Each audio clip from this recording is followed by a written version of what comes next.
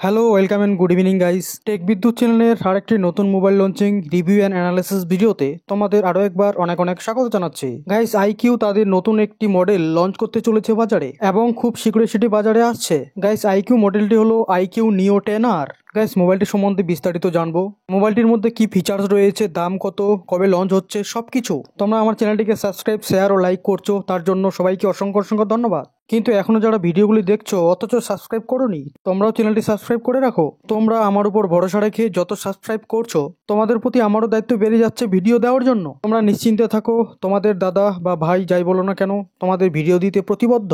তো চলো গাইস, অনেক বকবক করলাম, চলো ভিডিওটি শুরু করছি। প্রথমে আলোচনা করবো গাইস মোবাইলটির ডিসপ্লে এবং ডিজাইন নিয়ে।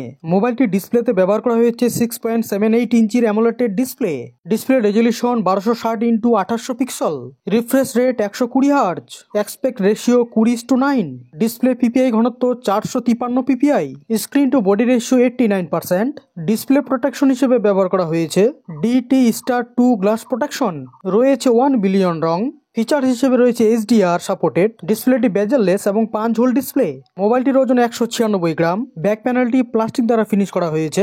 ব্যাক ক্যামেরা ডিজাইনটি চতুর্ভুজাকার, যে ডিজাইনটি খুব সুন্দর লাগছে।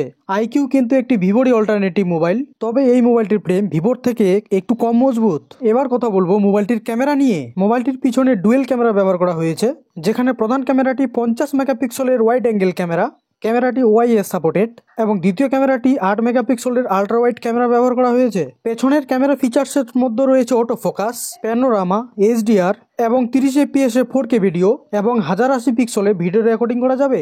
সামনের ক্যামেরা ব্যবহার করা হয়েছে 16 মেগাপিক্সেলের ওয়াইড অ্যাঙ্গেল সেলফি ক্যামেরা, যেটির ফ্ল্যাশ কিন্তু স্ক্রিনে রয়েছে। সেলফি ক্যামেরাটি 30 FPS এ ফুল এইচডিতে ভিডিও রেকর্ডিং করা যাবে। এবার আসবো গাইস মোবাইলটির টেকনোলজি, রোম এবং র্যাম নিয়ে।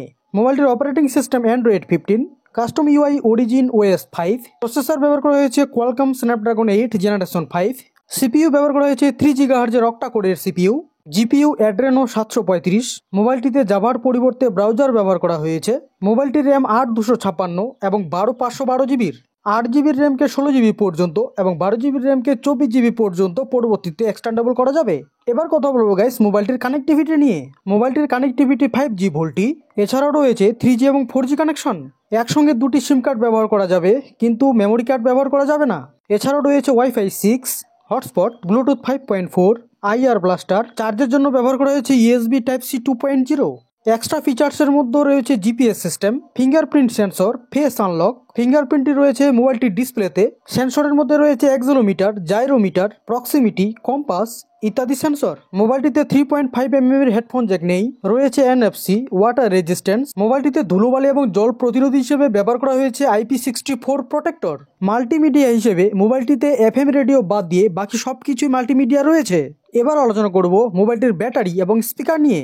মোবাইলটিতে ব্যবহার করা হয়েছে স্টেরিও ডুয়েল স্পিকার এবং ব্যাটারি হিসেবে ব্যবহার করা হয়েছে 6400 mAh এর হিউজ পারফরমেন্স সিলিকন ব্যাটারি। তার সঙ্গে রয়েছে 80 ওয়াটের ফ্ল্যাশ চার্জিং, রয়েছে 7.5 ওয়াটের রিভার্স চার্জিং এর ব্যবস্থা। সবকিছু বিষয়ে চুলছেড়া আলোচনার পর এবার আলোচনা করব মোবাইলটির দাম কত হতে পারে।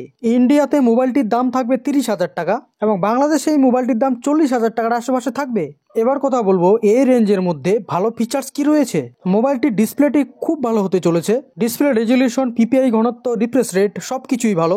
রেঞ্জ হিসেবে ক্যামেরাগুলি মোটামুটি ঠিকঠাক ব্যবহার করেছে, নিশ্চয়ই এর থেকে আরো ভালো হতে পারতো। মোবাইলটির থিকনেস ঠিকঠাক থাকলেও মোবাইলটি একটু ভারী হতে চলেছে। গেমিং হিসেবে প্রসেসর এবং সিপিইউ যা ব্যবহার করেছে তাতে মারাত্মকভাবে চলবে, অর্থাৎ খুবই ভালো। Connectivity, screen protector, IP rating সব ভালো দিয়েছে, তবে IP রেটিং এই রেঞ্জের মধ্যে 68 বা 69 ব্যবহার করতে পারতো। ব্যাটারি এবং চার্জার হিউজ পরিমাণে দিয়েছে, ব্যাটারি 2 দিন আরামসে চলবে। চার্জারটিও মোটামুটি 40 মিনিটের মধ্যে ফুল চার্জ করে দেবে। তবে আমার মনে হয় মোবাইলটির দিকে তোমরা অনায়াসে যেতে পারো। মোবাইলটির লঞ্চ 11ই মার্চ আমাজনে হতে চলেছে। তোমরা মোবাইলটি বাই করতে চাইলে রেডি হয়ে থেকো। ডেসক্রিপশন বক্সে লিঙ্ক দিয়ে রাখবো, তোমরা মোবাইলটি চেক আউট করে নিও। আজকে এ পর্যন্তই। ভিডিওটি ভালো লাগলে একটি লাইক এবং বন্ধুদেরকে জানাতে বন্ধুদের সঙ্গে একটি শেয়ার করে দিও। তোমাদের কোনো প্রশ্ন থাকলে তোমরা কমেন্টে নিশ্চয়ই জানাবে। দেখা হচ্ছে এর পরের কোনো টেক প্রোডাক্ট নিয়ে চুলছেড়া আলোচনাতে। ততক্ষণে tata, bye bye, take care, Jai Hind এবং ভারত মাতা কি জয়।